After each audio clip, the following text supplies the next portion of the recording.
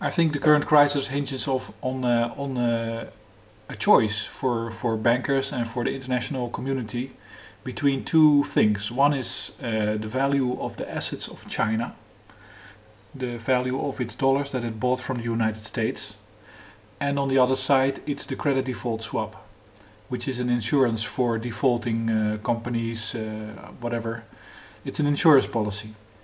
What happened is that these credit default swaps all became eligible for payout, just like when you have a car insurance and everybody runs into a tree on the same day. And that is basically a situation in which most insurers would call for force majeure, or overpowering circumstances in which the insurance would not be valid anymore. Because that is not happening right now, because the banks are pleading and keeping on pleading with the US to print more money to redeem the people that have these credit default swaps, which are really many, and they're more every day, because once a rating agency rates a company or a country down, these default swaps become active and they need to be paid out. This process is the reason why in the US so many dollars are being printed, and why there's no money for normal people from the banks, and why most banks in the US are insolvent.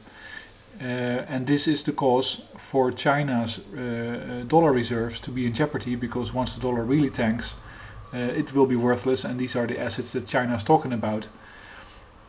To protect those assets, the simple thing you need to do is illegalize these credit default swaps, call for force majeure. It's an unusual circumstance in which all these insurance policies should have been paid out, but that's impossible. There's not enough money.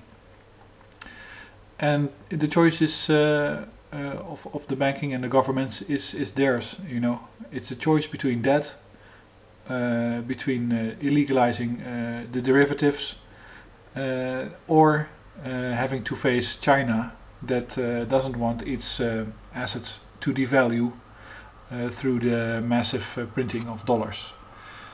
That's my simple analysis. Maybe it's too simple. If you like it, let me know.